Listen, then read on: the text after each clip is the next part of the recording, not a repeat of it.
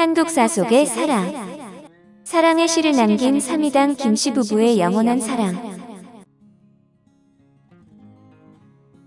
조선시대에 마치 연애하듯 평생 사랑하면서 아름다운 연시를 남긴 부부가 있는데, 남편을 내조하면서도 아름다운 문장을 남긴 여류 시인 삼이당 김씨 이야기는 조선시대 품격 있는 여인을 들여다보게 합니다. 1786년 봄, 전라도 남원 땅 누상봉 일리에 초야를 치른 신랑 신부가 있었는데, 남원의 선비인 하씨 가문과 김씨 가문의 혼례로 대례가 치러지고 패백을 마치자 밤이 왔습니다. 신랑은 밤이 이슥할 때까지 친구들에게 둘러싸여 술을 마신 뒤에 신방으로 들어갔는데, 신방에는 촛불이 일렁거리고 있고 18세의 신부가 그린 듯이 앉아 있었습니다. 신랑은 미인도를 보는 듯 신방의 전경에 멈칫했는데, 신부 옆에는 작은 소반에 합방을 하기 전에 합 한 줄을 마시라고 차려진 동매상이 차려져 있었습니다. 신랑이 흡사 장난이라도 하듯 몸을 낮추어 신부의 턱 밑으로 얼굴을 들이대자 신부가 웃음을 참지 못하고 키득대고 웃음을 터뜨렸습니다. 첫날 밤에 신부가 웃으면 딸을 낳는다고 하오. 농이요. 우리 합 한 줄을 마십시다.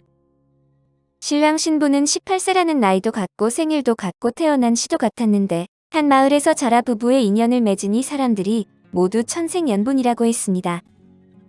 신랑이 즉석에서 신부의 아름다움을 칭송하는 칠원절구 시를 한지에 쓴 다음 소리내어 읊자 신부가 고개를 기울여 시를 읽었습니다. 낭군님, 소녀가 화답을 해도 되겠습니까? 그대가 시를 쓴다는 말이요?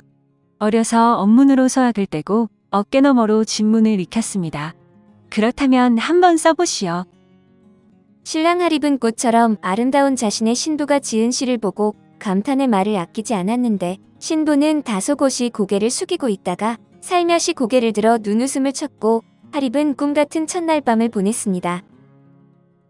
삼이당 김씨와 하립, 부부의 연을 맺다.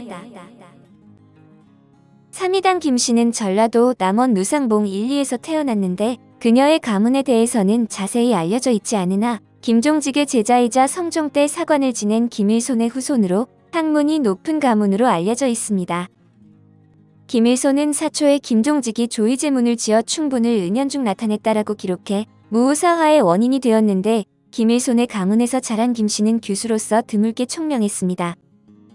그녀는 언문으로 소학을 해독하고 어깨너머로 제가의 사설을 읽었는데, 용모도 남원 일대에서 가장 빼어나다는 소문이 파다해 중매가 그치지 않았으나 같은 마을에 하립과 혼례를 올렸습니다. 하립은 세종 때 영의정을 지낸 하연의 후손이었으나 그들이 태어날 무렵에는 상당히 가문이 쇠락해 있었는데, 삼이당 김씨가 남편 하립과 혼례를 올리게 된 동기를 이렇게 설명하고 있습니다.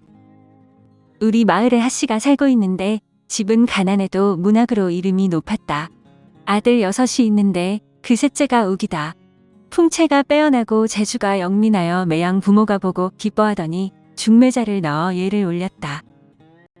1769년 10월 13일 삼이당 김씨와 하립 부부는 전라남도 남원읍 누상봉 일리에서 같은 날 같은 시에 태어나 18세가 되자 혼례를 올렸는데, 정말 기이한 일이었습니다. 게다가 나이 어린 이 부부는 초야를 치르기도 전에 시로써 서로의 아름다움을 칭송하고 부부의 정을 다짐했는데, 내외가 엄격했던 조선시대에 이처럼 정겨운 사랑의 시를 남긴 것은 전례가 없는 일이었습니다. 삼경명월 중 춘하. 화정하씨 월색가. 삼경의 밝은 달은 봄꽃 같아라. 꽃이 화려한 때라 달빛이 더욱 곱네. 수월 가나이 느지. 무쌍 광경제어가. 달 따르는데 꽃 같은 님이 오니. 둘도 없는 아름다움이 내 집에 있네. 남편 하립이 지은 시로 하립은 김씨를 월궁왕아에 비교했는데, 총명과 재주가 뛰어난 데다 자색이 출중하여 깊은 사랑이 솟아났습니다. 만천명월 만원화. 화영상처머련가. 하늘엔 달빛이 그윽하고 정원에 꽃이 만개했네. 꽃 그림자 서로 엉키고 달 그림자 더하네. 여월 여화인대자. 세간 영역 속 수가. 달 같고 꽃 같은 우리 님과 마주 앉으니. 세간의 영역이야, 내 알바 아니네. 삼이당 김씨가 화답을 했는데, 젊은 부부가 혼례를 치르기도 전에 이런 시를 지었으니 참으로 아름다우면서 드문 일이었고, 부부는 오랜 연인처럼 활약했으며 뜻이 맞으니 신혼생활은 즐거웠습니다. 과거에 계속 낙방하는 하립. 그러나 인생이 젊은 부부의 마음처럼 순탄할 수만은 없었는데 조상 중에는 영의정을 지낸 인물도 있었지만 여러 대를 거치면서 벼슬을 하는 사람이 없어 하씨 가문은 점점 쇠락했습니다. 하립의 일가는 가난해 3위당 김씨는 남편 하립에게 과거에 급제하여 가문의 명성을 높일 것을 권했는데 조선에서 부귀를 누리려면 과거에 급제하여 벼슬이 높아져야 했습니다. 하립은 김씨의 권고를 받아들여 산속에 들어가 공부하기로 결정했으나 가난한 선비인 하립은 돈이 없었는데 김씨는 남편의 공부를 돕기 위해 폐물을 팔아서 비용을 마련했습니다.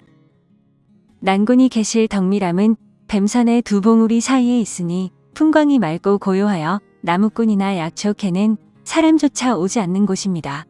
그렇다면 학문에 정진하기에 더없이 좋은 곳이니 진력한다면 난군의 제주로 반드시 몇 해 안에 대성할 것입니다. 오직 난군께서는 힘쓰고 또 힘쓰시어 출세하여 입신양명하소서.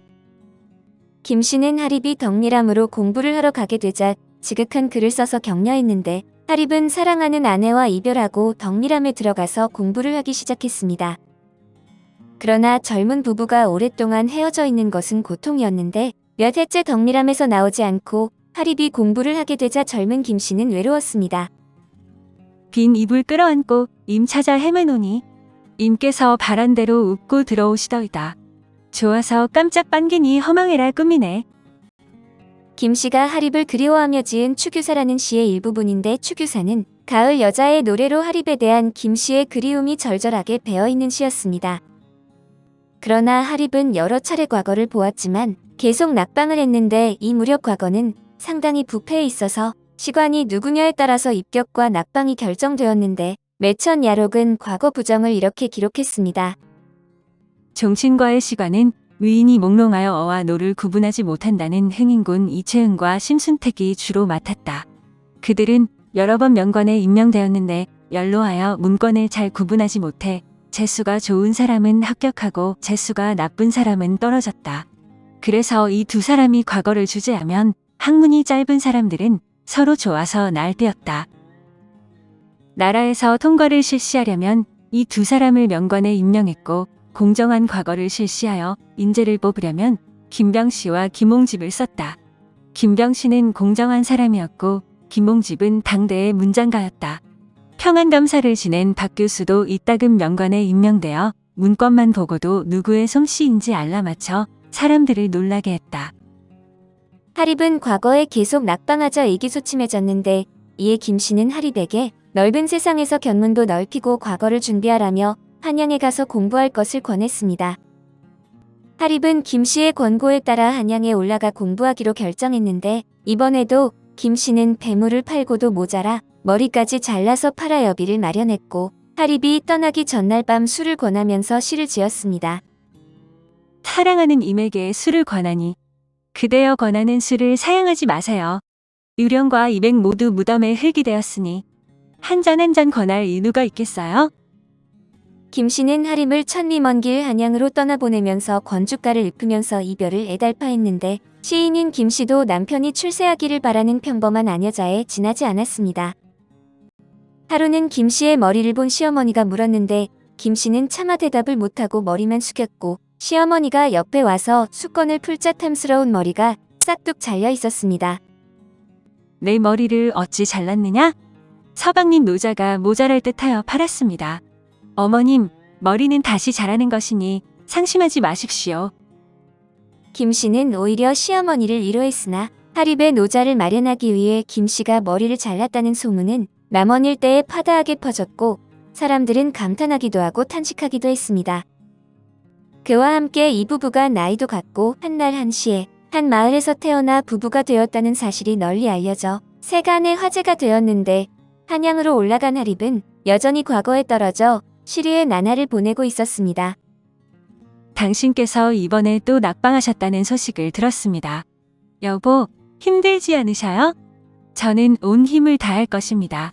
지난해에는 머리털을 잘라 양식을 싸보냈고 올봄에는 비녀를 팔아 여비로 보냅니다.